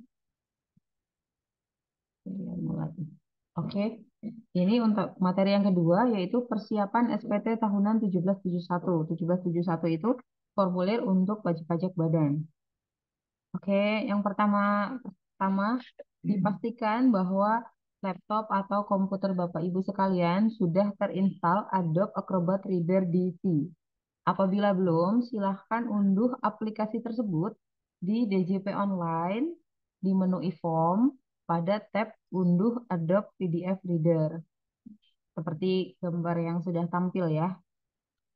Kemudian silahkan diisi formulirnya sesuaikan dengan operating system komputer atau laptop Bapak Ibu masing-masing. Kemudian pilih bahasa yang digunakan. Kemudian pilih versi Adobe Reader-nya. Dan pilih yang 32 bit ya teman-teman. Jadi kalau yang ada tulisannya 64 bit itu berarti 64 bit. Namun yang kita perlukan ya 32 bit. Kemudian kita download. Oke. Setelah terdownload, silahkan diinstal di laptop atau komputer Bapak Ibu masing-masing. Diinstal. Nah, sebelum menginstal ini, pastikan bahwa di laptop atau komputer Bapak Ibu masing-masing tidak terdapat aplikasi Adobe Reader yang lain gitu. Jadi, kalau misalnya sudah ada Adobe Reader yang bukan DC atau Adobe Reader tipe lain yang lama gitu, sudah terinstall, maka biasanya dia tidak akan mau menginstal versi yang lain. Jadi, pastikan kalau ada Adobe Reader yang terinstall di laptop Bapak Ibu, itu silahkan di uninstall dulu, baru kemudian kita install yang Adobe Reader DC ini. Nah, ini kan tadi step-step untuk mendownload master Adobe Reader DC-nya ya, Bapak Ibu sekalian. Nah, untuk memudahkan Bapak Ibu sekalian mendownload, biar nggak bingung, itu kita sudah mengupload aplikasi Master Adobe Reader DC di link berikut ini. Boleh dicatat atau nanti boleh lihat rekamannya ya. Atau boleh WhatsApp ke kami, ke WhatsApp yang tadi memberikan link Zoom kepada Bapak Ibu untuk minta link untuk mendownload Adobe Reader DC ini. Jadi tidak perlu mendownload dari DJP Online, bisa melalui link ini ya. Ini yang dibuat oleh KPP Pratama Jakarta Kebun Jeruk 1 untuk memudahkan Bapak Ibu sekalian. Tentu saja setelah di-download, diinstal juga seperti biasa. Dan yang tadi pastikan tidak ada Adobe Reader versi lain yang terinstal di komputer atau laptop Bapak Ibu sekalian. Nah, setelah tadi sudah menginstal Adobe Reader-nya, baru langkah berikutnya adalah kita download formulir SPT-nya. Caranya yang pertama kita login ke DJP Online. Ini sebenarnya biasa disebut pajak.go.id, namun untuk langsung menuju ke DJP Online boleh diketikkan djponline.pajak.go.id, kemudian login seperti biasa. Apabila belum punya akun, silahkan daftar di sini. Ini daftar di sini, ada tulisannya daftar di sini dengan menggunakan e-Fin. Gitu. Nah, kalau sudah login, untuk mendownload e-formnya, pilih menu lapor. Kemudian pilih menu e-form. Kemudian pilih tab buat SPT. Kemudian isikan tahun pajak, kemudian jenis SPT-nya, kemudian status SPT-nya. Jika belum pernah melaporkan SPT untuk tahun pajak tersebut, pilih normal. Namun apabila sudah pernah melaporkan SPT tahunan untuk tahun pajak tersebut, tapi ada salah, kemudian mau melapor yang betul, maka pilih pembetulan. Nanti pembetulannya ada statusnya. Apakah pembetulan pertama, kedua, ketiga, dan seterusnya. Kemudian pilih media pengiriman token. Kami sarankan untuk memilih email. Kemudian klik kirim permintaan. Ya, jadi pilihnya kirim permintaan. Nah, untuk yang di atas tombol kirim permintaan itu ada tombol laman e-form PDF. Nah, ini untuk mendownload formulir kelengkapan sih sebenarnya. Tapi ini tidak wajib ya. Ini kalau misalnya Bapak Ibu ingin menginput daftar bukti potong misalnya atau daftar data penyusutan misalnya yang datanya sangat banyak. Misalnya bukti potongnya itu ada 1.000 gitu. Nah, kalau misalnya kita input satu-satu kan capek ya. 200 aja juga udah capek. Nah, itu kita bisa mengetikkan dulu di Excel, kemudian kita impor ke e-formnya. Nah, itu formatnya ada di link yang laman e-form PDF ini. Jadi Bapak Ibu bisa download di situ, dan di situ juga ada petunjuk untuk pengisian Excel tersebut. Nah, tadi kan sampai ke klik kirim permintaan ya.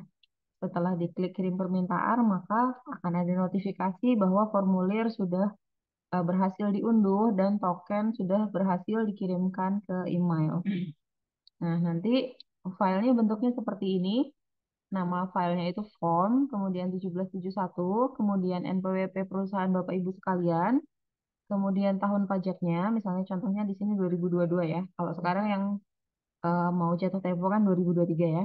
Kemudian di paling belakang 0 ini adalah status pembetulan. Kalau 0 itu normal. Jadi kalau pembetulan 1 2 di sini nanti 1 2 seperti itu. Nah, untuk cara membukanya, karena dia harus menggunakan Adobe Reader DC yang tadi baru kita install, maka cara membukanya adalah dengan cara klik kanan, kemudian pilih Open with Adobe Acrobat, gitu ya. Jadi pastikan membukanya dengan Adobe Acrobat.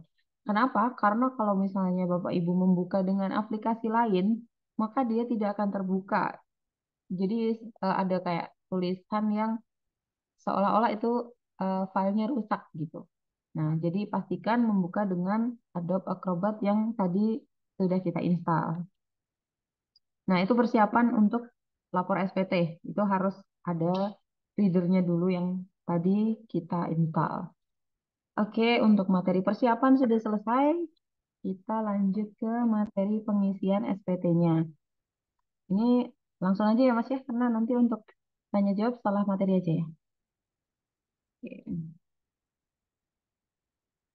Kemudian kita materi ketiga. Saya izin share screen untuk materi ketiga.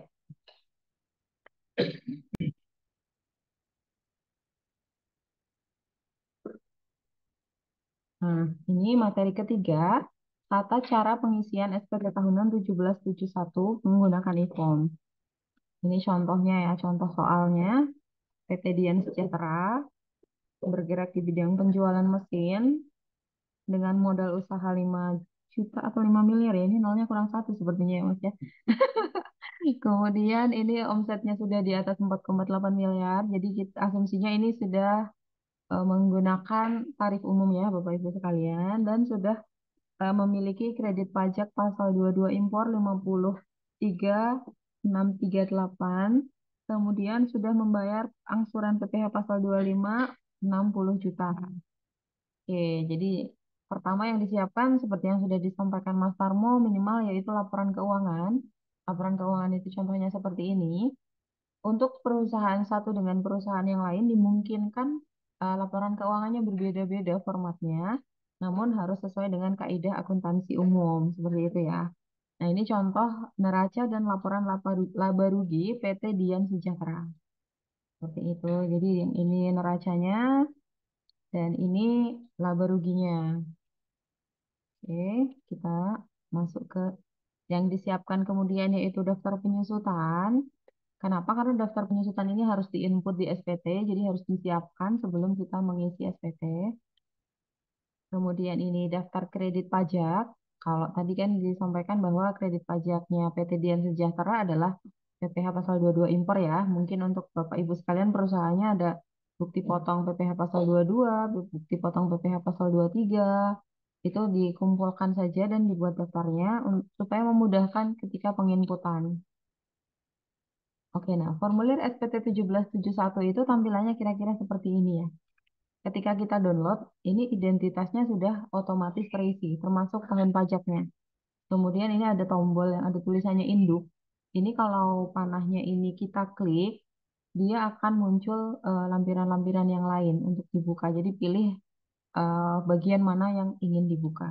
Seperti itu. Nah, ini kita yang wajib banget diisi. Yang pertama adalah lampiran khusus 1A. Ini apabila Bapak Ibu membiayakan biaya penyusutan dan amortisasi. Nah, ini diisi sesuai dengan daftar penyusutan dan amortisasi yang sudah disiapkan. Ini yang komersialnya, kemudian yang di sini ada metode fiskalnya. Jadi nanti akan ada selisihnya, gitu ya. Selisihnya ini akan masuk di eh, koreksi fiskal. Jadi kalau yang di sini fiskalnya, kemudian komersialnya di sini, kemudian nanti selisihnya akan masuk ke koreksi. Jadi yang diisi Bapak Ibu isi adalah yang bagian sini sesuai dengan daftar penyusutan dan amortisasi yang sudah dibuat.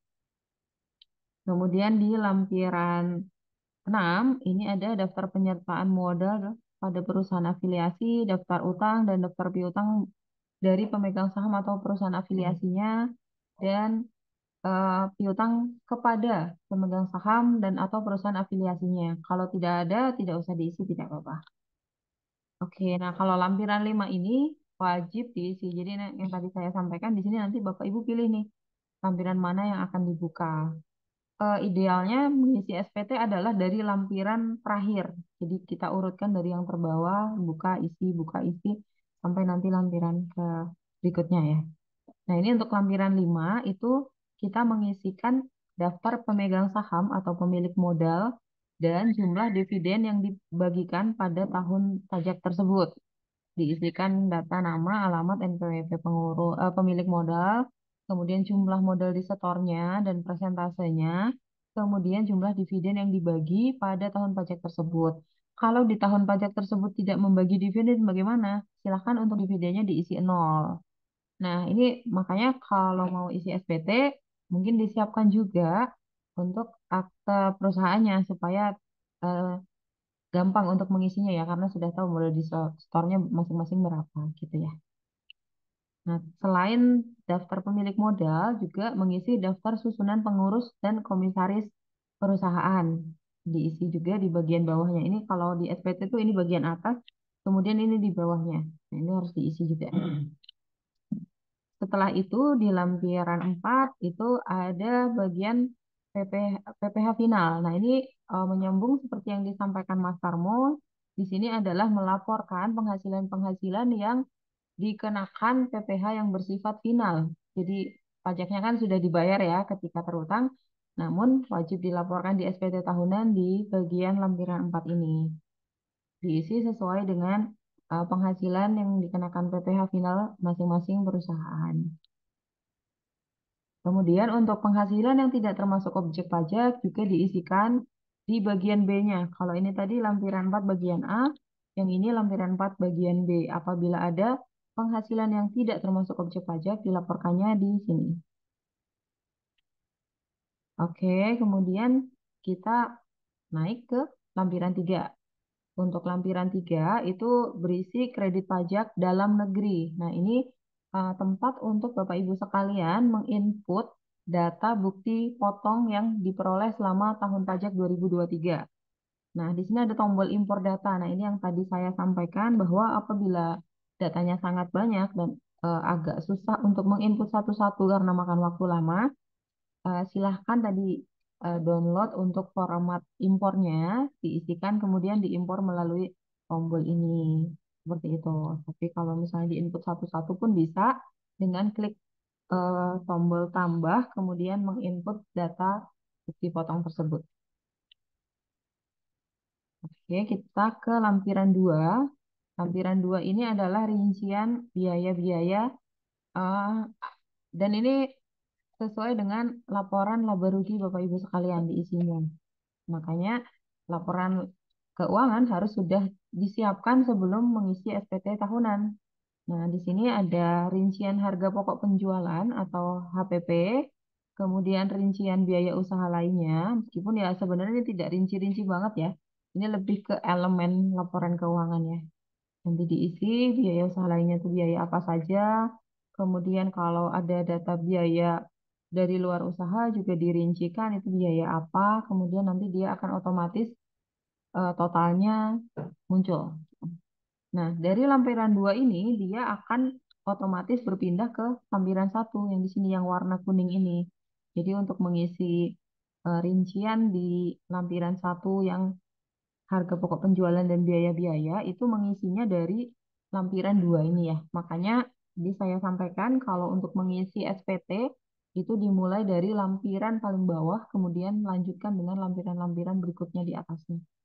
Jadi nanti dia otomatis lari ke depan. Nah, untuk yang warna putih ini diketik sendiri. Nah, ini adalah perhitungan penghasilan neto yang tadi disampaikan Mas Tarmo bahwa untuk penghasilan neto itu dapatnya dari laporan keuangan. Kemudian di bagian bawah itu kan kalau untuk penghitungan dari angka 1 sampai angka 3 ya. Nah, mulai angka 4, 5, 6, 7, 8 ini adalah masuk ke koreksi fiskal. Jadi nanti sampaikan yang UMKM juga ya. Oke. Tapi saya spill sedikit. Kalau misalnya penghasilan si perusahaan ini semuanya dikenakan final, maka penghasilan yang dikenakan finalnya di input di yang nomor 4 ini. Di nomor 4 ini. Kemudian tadi juga disampaikan bahwa biaya-biaya yang dipergunakan untuk memperoleh penghasilan yang sifatnya final itu juga tidak boleh menjadi pengurang ya Mas ya. Jadi nanti dimasukkan ke koreksi positif gini. Nah, pokoknya intinya jadinya kalau semuanya final nanti penghasilan neto fiskalnya harus nol. Gitu. Caranya dengan mengisi angka 4, 5, dan 6 ini. Kalau 5 dan 6 ini sih kondisional ya, sesuai kondisi perusahaan masing-masing. Gitu. Kemudian setelah lampiran 1, kita akan masuk ke induk.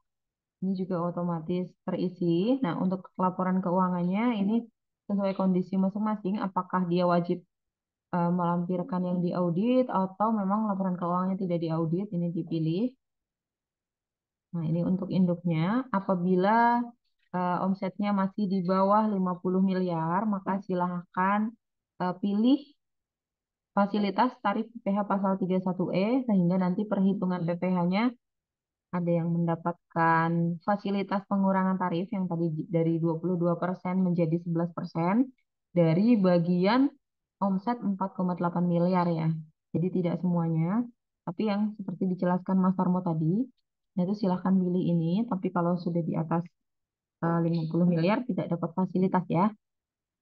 Kemudian di bawah ini akan uh, muncul angka-angka yang dari belakang tadi. Contoh, kalau PPh terutang akan muncul dari pengisian lampiran 1. Oke. Kemudian PPh terutangnya akan otomatis terhitung sendiri dengan formulirnya sudah ada rumusnya. Kemudian kredit pajak dalam negeri ini adalah angka dari penginputan kita atas daftar bukti potong di lampiran 3 tadi. Dia otomatis lari ke induk. Kemudian untuk PPh yang dibayar sendiri, tadi kan di contoh soalnya si perusahaan Dian Sejahtera ini sudah membayarkan PPh pasal 25 sebesar 60 juta. Maka dia menginput sendiri ini karena warnanya putih, artinya diketik sendiri manual itu sebesar 60 juta. Maka di eh, bagian D, pajak yang kurang atau lebih dibayar, dia akan otomatis menghitung.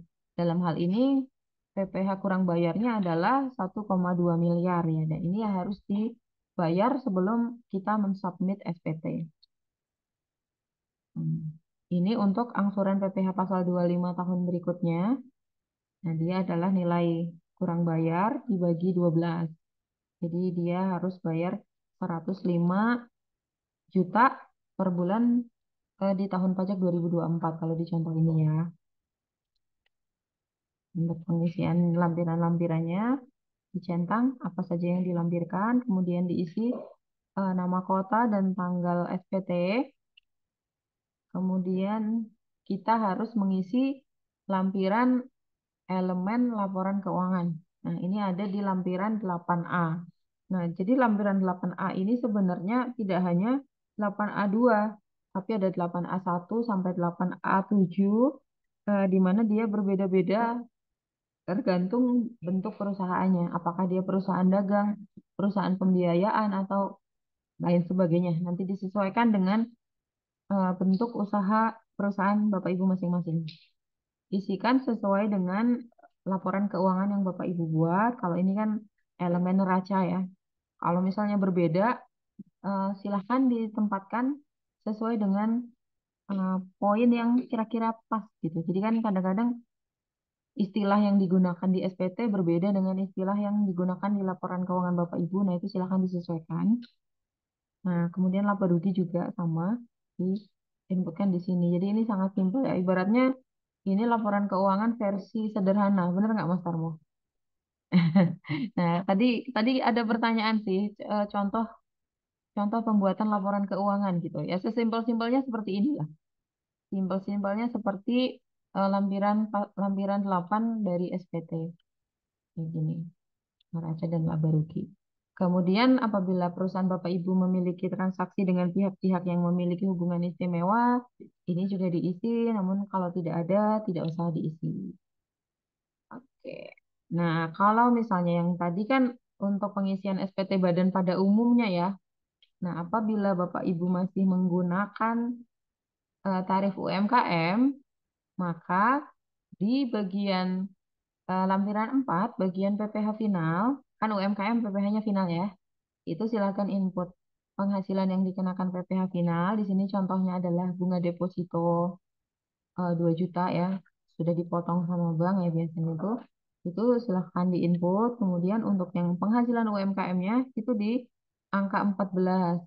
Nah, ini kan contohnya omsetnya 865 juta.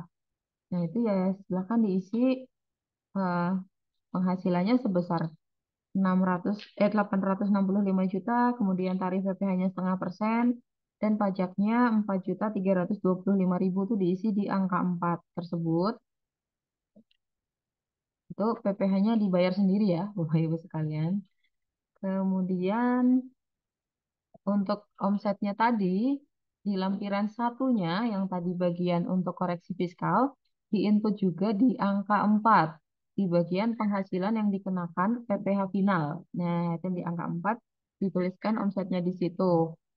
Setelah omsetnya ditulis di situ, maka Bapak Ibu lihat bagian penghasilan neto fiskalnya ya.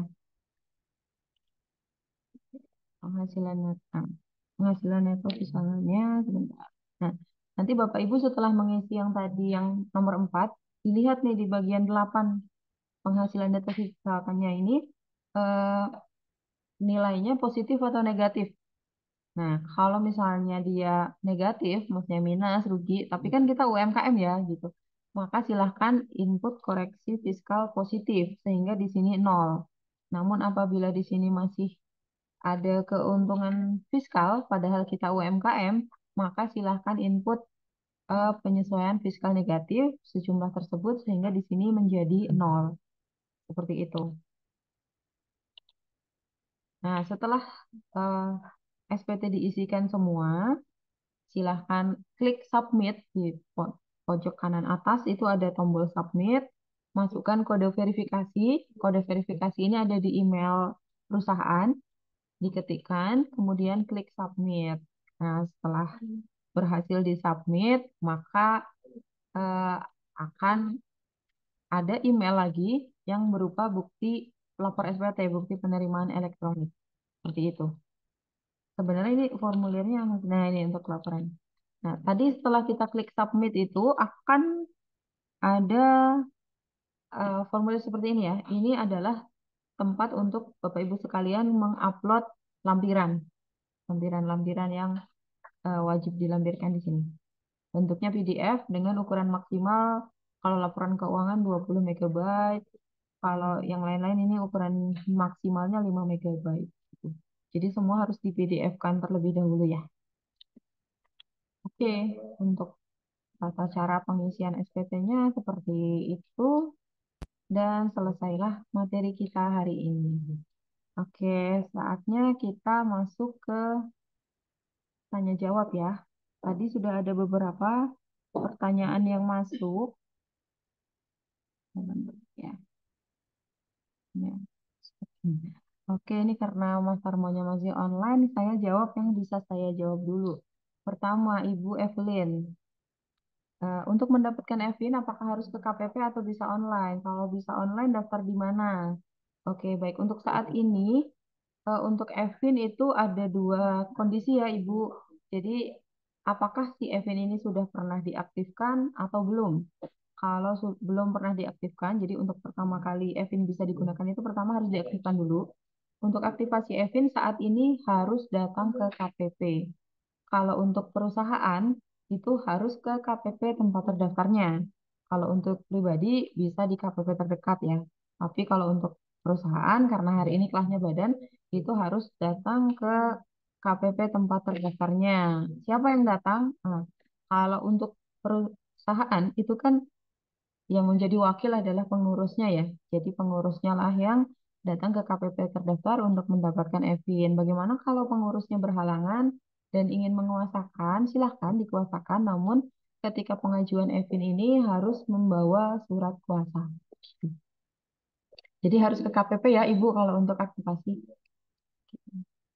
Kalau lupa, kalau orang pribadi sih bisa email ke lupa.evin@pajak.go.id. Namun kalau mau cepat, saran saya sih datang ke KPP saja. Gitu. Surat kuasanya perlu dimaterai. Iya, dimaterai 10.000 Ibu Evelyn. Ya, gitu. Kemudian Ibu Christine Teresia izin bertanya, apakah bagi perusahaan yang tidak mengerti pelaporan SPT diperbolehkan ke kantor pajak untuk dibantu pengisian step by step-nya? Ada tim pemandukah? Ya, kalau di KPP Kebun Jeruk 1 kita ada layanan help desk itu yang akan membantu wajib pajak terkait perpajakan, baik itu aplikasi maupun konsultasi. Seperti itu.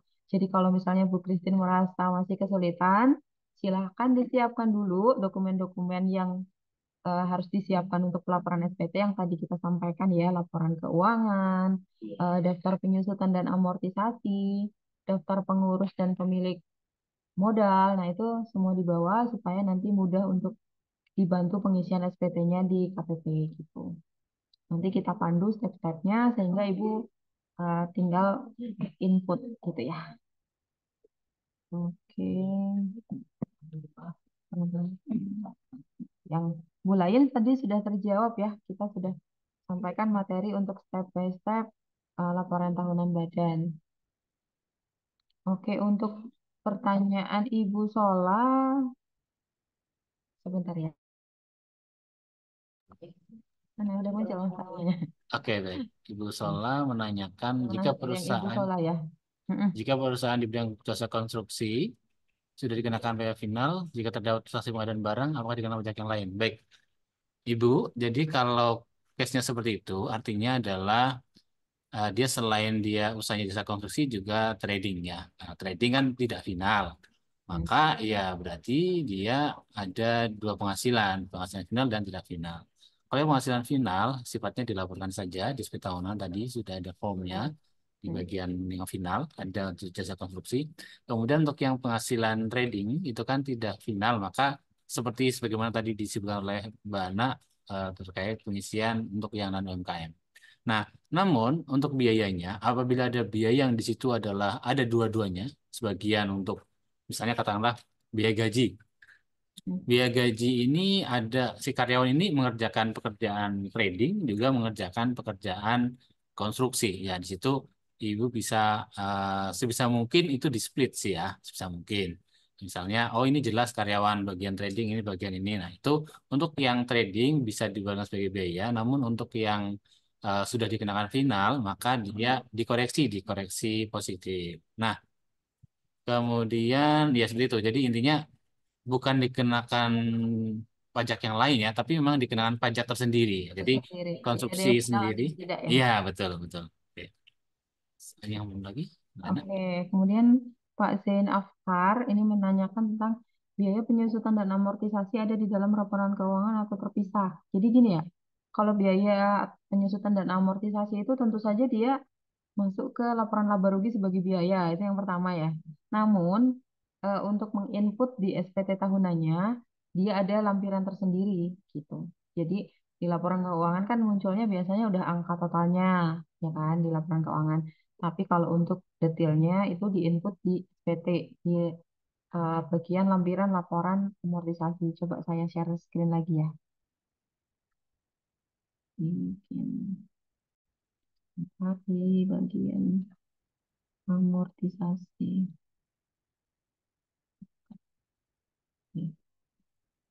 Nah, ini sedikit pajak di atas berarti. Sebentar. Lempiran nama. Nah, ini contohnya kayak gini. Jadi yang atas ini lempiran khusus 1A. Ini adalah formulir SPT, Bapak ya. Jadi formulir SPT di lampiran khusus 1A. Jadi ini detailnya. Sedangkan untuk kalau misalnya di laporan keuangannya itu di laporan laba rugi. Laporan laba rugi elemen. Laba rugi. Jadi di sini kan ada biaya-biaya ya. Mana mas biaya mas? Beban ya beban. Nanti beban lain atau kalau di satu ada sih di satu di rincian di lampiran satu. Nah, atau kalau misalnya contoh laporan keuangan kayak gini. Nah di sini kan laporan keuangan laba rugi ada biaya penyusutan aktiva tetap. Nah kan di sini angka totalnya ya Bapak. Nah tapi kalau di SPT-nya itu harus diinput detailnya seperti ini. Makanya ketika ingin melaporkan SPT, dibuat dulu daftar penyusutan dan amortisasinya sehingga memudahkan ketika pengisian SPT-nya. Kemudian tadi ditanya juga tentang data pengurus ya. Kalau data pengurus itu kalau di SPT wajib diinput di formulir 5. Formulir 5. Formulir 5 mana, Mas? Matanya tidak awas nih. Formulir 5. Sebentar, saya tunjukkan. Nah, ini. Ini diinput di formulir 5. Jadi hanya input saja, tidak perlu melampirkan dokumen pendukung.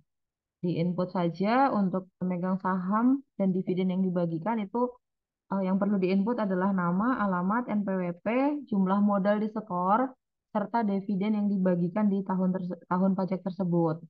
Kemudian untuk pengurus itu yang diinput adalah nama, alamat, NPWP, dan jabatannya. Gitu, Pak. Semoga jelas ya. Kemudian ini ada, berarti yang terpisah pada saat pengisian lampiran ya. Iya, betul Pak Zen.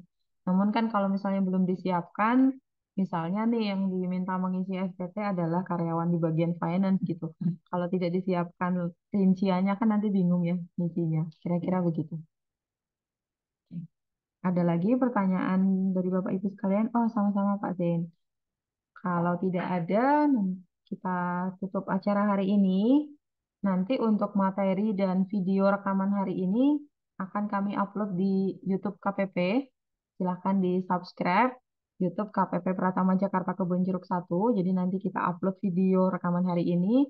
Dan untuk link download materi hari ini juga kita sampaikan di description box video tersebut ya. Supaya lebih efektif. Jadi siapapun yang nonton videonya bisa langsung unduh materinya juga. Oke, terima kasih banyak. Sepertinya akan berkunjung dalam waktu dekat. Silahkan untuk layanan helpdesk kita buka dari jam 8 pagi sampai dengan jam 4 sore. Namun untuk jam 12 sampai dengan jam 1 siang itu ada istirahatnya. Oke, baik. Terima kasih atas perhatian Bapak Ibu sekalian. Burung Irian Cendrawasih. Cukup sekian dan terima kasih. Selamat siang. Assalamualaikum warahmatullahi wabarakatuh.